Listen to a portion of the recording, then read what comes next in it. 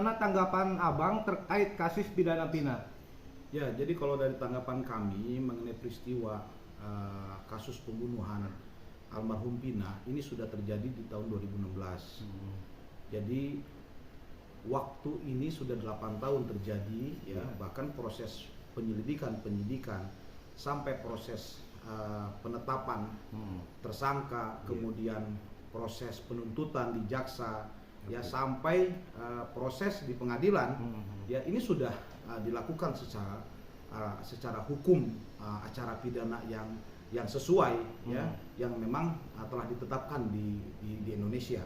Jadi perkara pidana almarhum Vina ini ya sudah ditetapkan pula oleh pengadilan sebagai kasus pembunuhan ya, kasus pembunuhan berencana pasal 30 Junto 338 ya, meskipun ada substitusi lagi, ada subsidiar pasal-pasal di bawahnya ya yang memang diajukan atau dituntut oleh jaksa penuntut umum gitu loh. Dan ini sudah 8 tahun ya, di antara 8 tersangka dan atau terdakwa bahkan sekarang sudah terpidana, satu orang kan di bawah umur ya. Maka sistem peradilan anak dilakukan oleh negara dalam hal ini gitu kan. Kemudian sudah dibebaskan karena memang sudah memenuhi, sudah selesai sudah selesai gitu loh. Ancaman memenuhi tuntutan pidananya sudah selesai gitu loh. Ada kalau salah inisial S kan gitu ya, ada di berita beredar di TV nasional gitu kan, pengakuan beliau ya yang sudah bebas. Yang tujuhnya kan sudah masih menjalani hukuman ya, menjalani hukuman yang memang betul prosesnya itu dilakukan secara hukum pidana gitu loh, peradilan di Indonesia ya. Maka proses kasus hukum almarhum Vina ini sudah dilakukan, kalau menurut saya sudah dilakukan secara hukum ya. Proses formil ini sudah dilakukan dengan sesuai hukum di Indonesia gitu loh.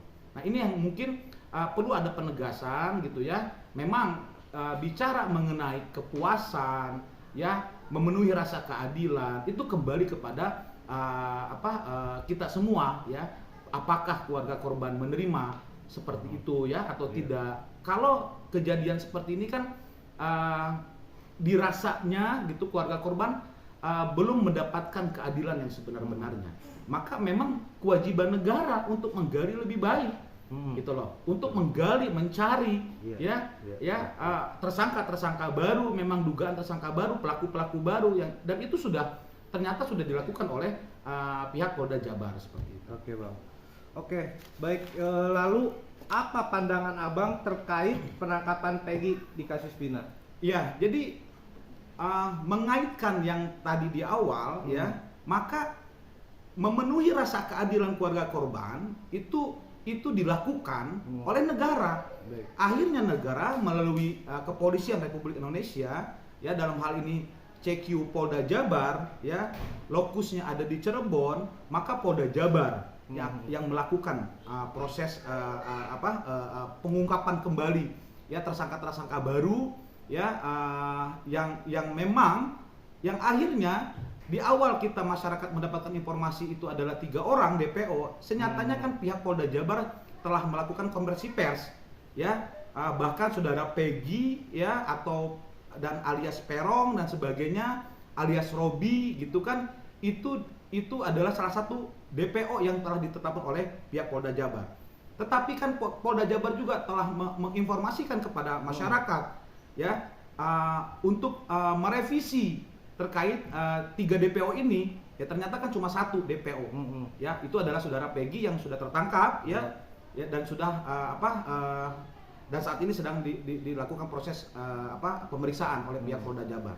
Maka saya melihat ini adalah apresiasi yang setinggi-tingginya untuk pihak Polda Jabar ya, yang telah memaksimalkan untuk mengungkap dugaan pelaku baru ya. Apakah itu betul Peggy ini adalah mandeder ya, atau pelaku utama ya, yang mendorong para tersangka terpidana yang sudah saat ini menjalani hukuman penjara itu adalah orang-orang yang ikut serta gitu kan, atau memang Peggy ini ternyata punya yang lain ada keterangan ya, karena alat bukti dalam pidana pasal 184 KUHP itu kan jelas ada keterangan terdakwa ya, atau keterangan tersangka. Nah, keterangan tersangka dalam hal ini adalah Peggy harus mengungkapkan kebenarannya.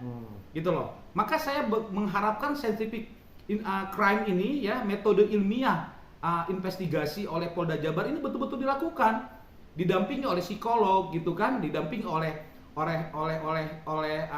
ahli-ahli yang memang yang akan dapat mengungkapkan kebenaran keterangan dari pihak tersangka Peggy ini.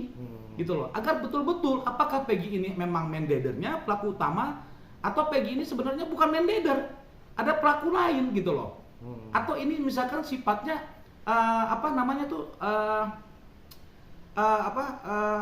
langsung begitu saja terjadi di lapangan gitu. Nah, ini juga kan apakah ada perencanaan, ya, apakah memang ini terjadi begitu saja, ini juga harus diungkap oleh pihak Polda. Nah, harapan saya Polda Jabar harus memastikan gitu ya, proses penyidikan gitu kan dari tersangka Peggy ini itu betul-betul transparan ya, yang dapat disampaikan kepada publik ya, memberikan keyakinan dan kepercayaan kepada institusi Polri ya dalam mengungkap kasus ini yang sudah 8 tahun berlalu seperti itu. Dan Peggy ini ya ternyata kan dia melarikan diri ya, yang dari keterangan media yang sudah tersiarnya adalah dia tinggal di Kabupaten Bandung ya, yang diduga dia mengaku sebagai Robi pekerjaan kuli bangunan.